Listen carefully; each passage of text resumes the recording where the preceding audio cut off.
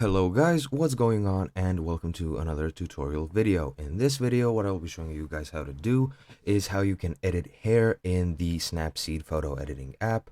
And I'll be demonstrating on this picture of this charming gentleman with a bit of a receding hairline, and I'll demonstrate, for example, how to fix that hairline. So let's get right into it. Now, as I've said, I pulled this random photo of this gentleman from the internet, and I'm gonna edit it since his hairline is a bit receding.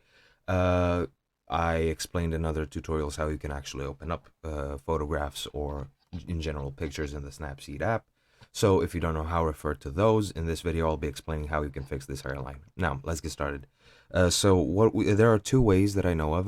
One is if you go to Tools, you will see this healing option, and this is pretty much just I mean, if you ever did any photo editing or saw anything about photo editing, you should know what healing is.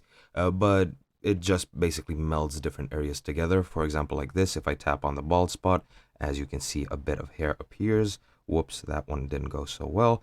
But yeah, it pretty much takes the things from around it and just fills them up. Now, this method doesn't look as great as it could. However, if you're just doing some small fixes, it should be no problem.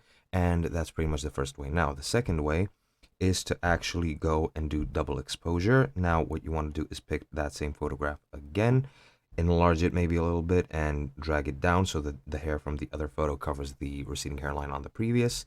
Click this and then click darken, and now you'll see this. Click OK and go in the top right and click this undo button. Click view edits and click double exposure and then the middle icon, and now set the double exposure to 100.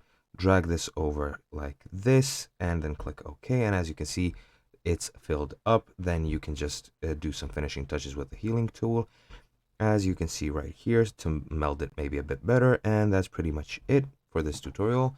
I hope you guys enjoyed, and I'll see you in another video.